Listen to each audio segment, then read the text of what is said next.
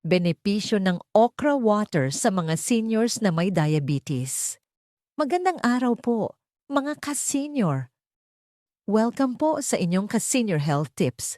Gabay para sa mas healthy at mas maingat na pamumuhay, lalo na kung may diabetes. Mga ka-senior, isa sa mga madalas pag-usapan pagdating sa natural health remedies ay ang okra water. Marami ang nagsasabing nakakatulong ito, lalo na sa mga diabetic seniors. Pero ano nga ba ang posibleng benepisyo nito? Ano ang okra water? Ang okra water ay tubig na pinagbabaran ng hiniwang okra sa loob ng ilang oras, kadalasan overnight. Kapag nababad, lumalabas ang malapot na substance o soluble fiber mula sa okra. Maaring makatulong sa blood sugar.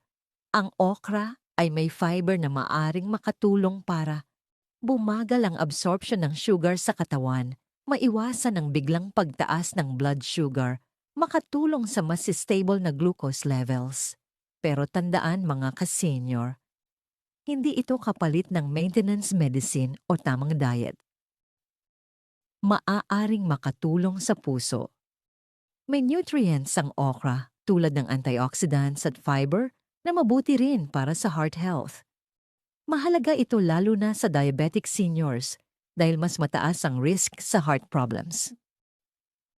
Makatutulong din sa digestion dahil mataas sa fiber, maaring makatulong ang okra sa constipation, digestion at bowel movement.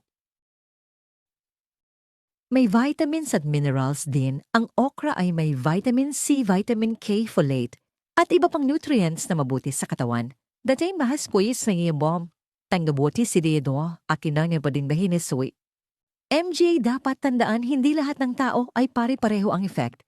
May ibang seniors na sumasakit ang tiyan o hindi hiyang huwag sobrahan ng inom. At pinaka-importante, huwag ihinto ang gamot sa diabetes dahil lang sa okra water.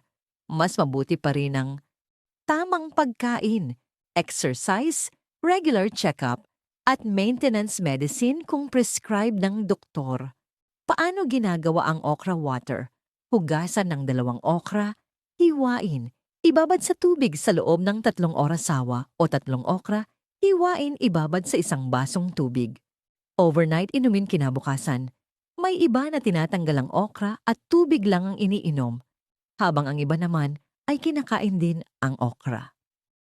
Mga ka-senior, tandaan ninyo ito. Ang natural remedies tulad ng okra water ay maaaring makatulong, pero mas epektibo pa rin kapag sinabayan ng healthy lifestyle at tamang medical care. Kung nakatulong po ang ka-senior health tips na ito, huwag kalimutang i-like, i-share, at mag-subscribe para sa mas marami pang healthy guides.